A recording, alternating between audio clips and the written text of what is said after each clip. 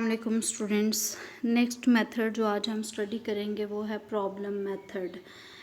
It can also be called problem solving method. इसको हम problem solving method भी कह सकते हैं। Here problem itself is the crux of the problem.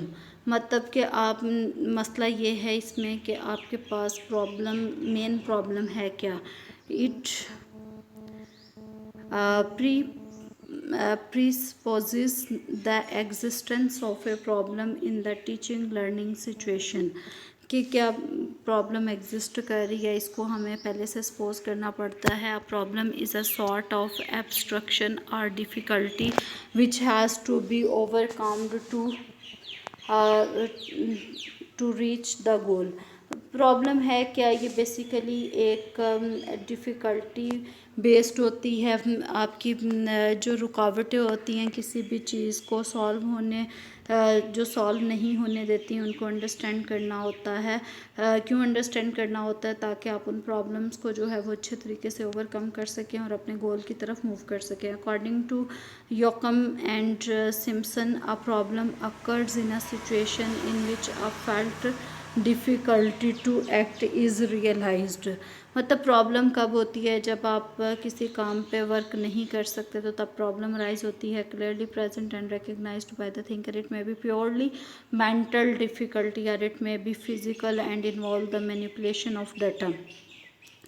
Problem जो है वो कितनी तरह की हो सकती है। ये आपकी जहनी प्रॉब्लम भी हो सकती है और आपको आपकी कोई फिज़िकल प्रॉब्लम भी हो सकती है। जहनी प्रॉब्लम का क्या मतलब है कि आप किसी चीज़ को अंडरस्टैंड नहीं कर पाए या फिर आपने कोई गलती से कोई मिस कैलकुलेशन कर दी। Involve the manipulation of data. आप जो भी प्रॉब्लम्स हैं जिनमें डाटा मैनिपुलेट करना होता है उसकी बेसिस पे। फिज़िकल प्रॉब्लम कैसे हो सकती है कि अगर डाटा फिज़िकल सोर्सेज से आया, मतलब प्रैक्टिकल मेजरमेंट्स के थ्रू आया है, तो उस वजह से आपकी कैलकुलेशन ख़राब हो सकती हैं। तो इसलिए ये प्रॉब्लम किसी भी टाइप की हो सकती है। The distinguishing thing about a problem, however, is that it impresses the individual who meets it as needing a solution. He recognizes it as a challenge. As a challenge. Life is an arena of problems. अगर हम अपनी ज़िंदगी की बात करें तो वो full of problems है। The only worthwhile life is a life which contains its problems. मतलब जब आप ज़िंदगी गुजार रहे हैं तो डेफिनेटली उसमें प्रॉब्लम्स भी होंगी जो आपकी ज़िंदगी को वर्थ वाइल बनाती हैं।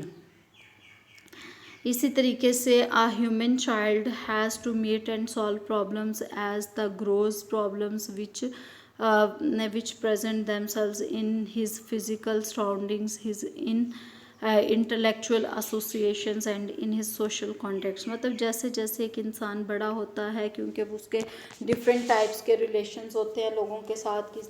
किसी के साथ जो है वो इंटेलेक्चुअल रिलेशंस होते हैं, किसी के साथ सोशल कॉन्टेक्ट्स होते हैं। तो इस बेस पे वो डिफरेंट प्रॉब्लम्स को जो है वो सफ़र करता है, डिफरेंट प्रॉब्लम्स में सफ़र करता है। These problems grow in number and complexity as he grows.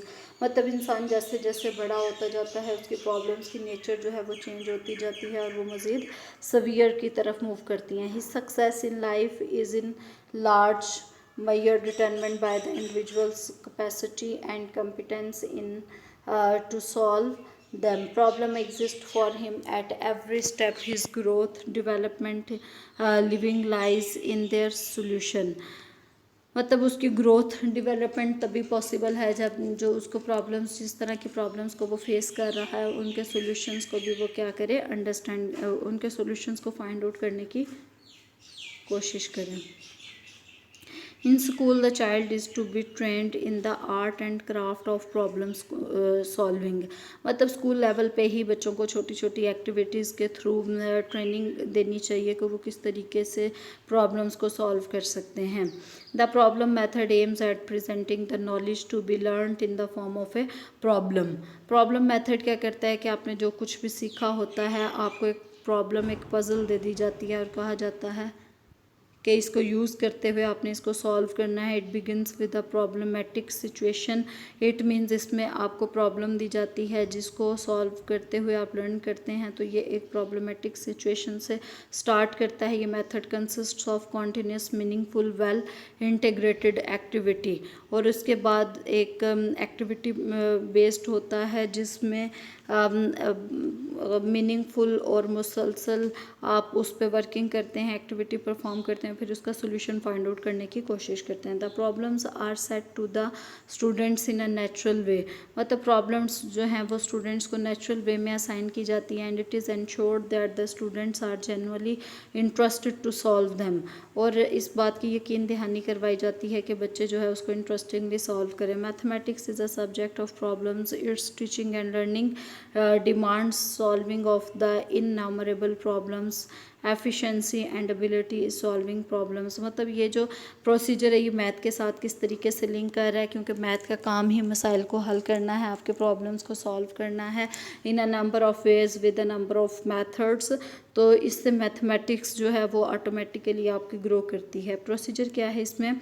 The procedure of problem method is almost like that of the project method, it can also take the form of inductive deductive methods. The procedure involves the following steps, मतलब इसमें कौन कौन से procedure है। सबसे पहले तो आप प्रॉब्लम को अंडरस्टैंड करें और प्रॉब्लम को आप समझें, then interpreting, defining and delimiting the problem. उसके बाद आप अपनी प्रॉब्लम को डिफ़ाइन करें, इंटरप्रेट करें और उसको जो है वो मिनिमाइज़ करने की कोशिश करें। Gathering data in a systematic manner, problem solve करने के लिए डाटा कलेक्ट करें। Organizing and evaluating the data, next step क्या होगा कि आप अपने डाटा को ऑर्गेनाइज करें, एवेलुएट करें। फॉर्मुलेटिंग टेंटेटिव सॉल्यूशंस, अपने डाटा की बेस पे आप कुछ टेंटेटिव पॉसिबल सॉल्यूशंस आप जो है प्रेजेंट करें। अराइविंग एट द ट्रू और करेक्ट सॉल्यूशंस, फिर उन सॉल्यूशंस को आपस में रिलेट करें और देखें कौन सा बेस्ट है और फिर बेस्ट सॉल्यूशन की तरफ आप मूव करें। Verifying the results, after that जैसे ही आप किसी रिजल्ट पे पहुंचते हैं तो आपने क्या करना है, उन रिजल्ट्स को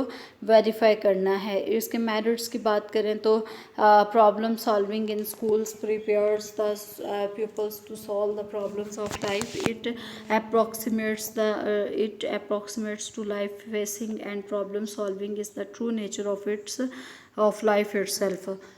मतलब इंसान की ज़िंदगी का मकसद ही यही है कि उसको डिफरेंट किस्म के जो इश्यूज़ पेश आते हैं वो उनको सॉल्व करें, उनको अंडरस्टैंड करें और उसका सोल्यूशन तलाश करें। The method involves reflective thinking, कि आप खुद सोचते रहते हैं, आपकी रीजनिंग डेवलप होती है, क्रिटिकल जजमेंट आप में आती है। The peoples learn by problem solving which is the method of learning by self effort.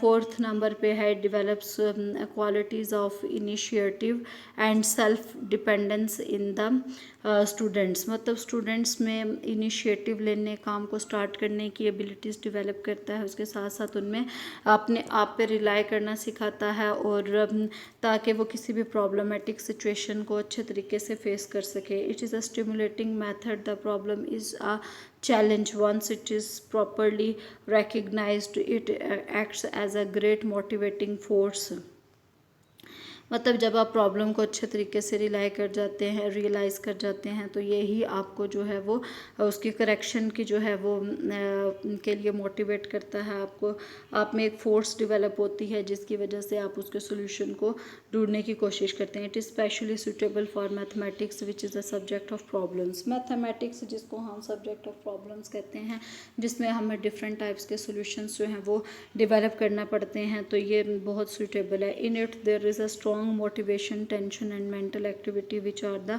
conditions for the effective learning. It solves individual differences. There are no limits on student achievement. He can solve any number of problems. तो ये इसके कुछ further benefits हैं. The students get valuable social experience like patience, मतलब जब problem आती है उसके सोल्यूशन की तरफ देखते हैं तो सोल्यूशन तो स्टूडेंट जो है अपने एनग्जाइटी को डील करना उसको आ जाता है, पेशेंस डेवलप होता है और सेल्फ कॉन्फिडेंस आता है।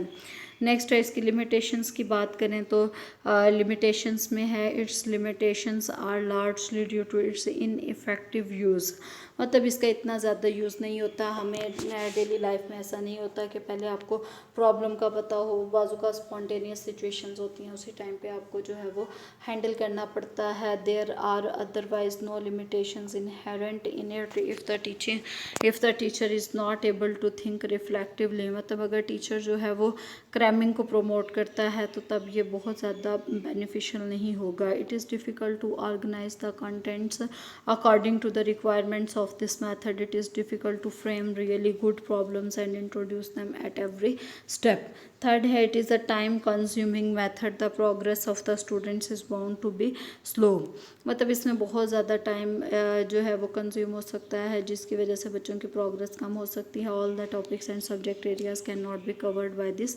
मेथड। अब देखें कुछ मैथमेटिकल प्रॉब्लम्स जो हैं वो तो आप समझ सकते हैं कि वो प्रैक्टिकल बेस्ड हैं, लेकिन कुछ मैथमेटिक्स के टॉपिक्स को आप जो है वो इस तरीके से लर्न नहीं कर सकते when the structure of the problem itself is not up to the mark और when the problem chosen are unreal and artificial. ज़रूरी तो नहीं है कि सारी प्रॉब्लम्स आपकी रियलिटी के साथ लिंक करें, कुछ अनरियल भी हो सकती हैं, उसके अकॉर्डिंग जो है वो आपका जो है टाइम कंज्यूम हो सकता है और आप इसकी प्रॉपर जो इसके बेनिफिट्स हैं उनको अचीव नहीं कर सकते। Text books written in the traditional style don't help in the use of this method. अगर आप अपने टेक्स्ट बुक्स को देखें तो ये मेथड जो है वो अप्रोप्रिएट नहीं है लर्निंग के लिए। There is absence of suitable books for the reference and guidance. आपको रेफरेंस और गाइडेंस के लिए प्रॉपर सूटेबल बुक्स मिलना बहुत मुश्किल है। 8 पॉइंट है teachers burden becomes heavier. Real scientific approach to problems necessitates a lot of study and preparation on his part. तो टीचर के लिए जो है वो बहुत मुश्किल हो जाएगा कि इस लेवल पे वो बच्चों को हर तरह की जो है वो प्रॉब्लम सॉल्विंग टेक्निक्स प्रोवाइड कर सके और बच्चों को हर तरह की सिचुएशन के लिए तैयार कर सके। तो ये एक जो है वो बहुत ज़्यादा इफ़ेक्टिव मेथड नहीं है इस हिसाब से। लेकिन हर चीज़ के कुछ पॉजिटिव पॉइंट्स होते हैं, कुछ नेगेटिव पॉइंट्स होते हैं, तो हम किसी भी मेथड को जो है वो दूसरे मेथड के कंपैरिजन में देख सकते हैं कि दूसरे मेथड के कंपैरिजन में ये किस तरीके से हेल्प प्रोवाइड करता है। ओके स्टूडेंट्स, आज के लिए इतना ही। अल्लाह हाफिज़।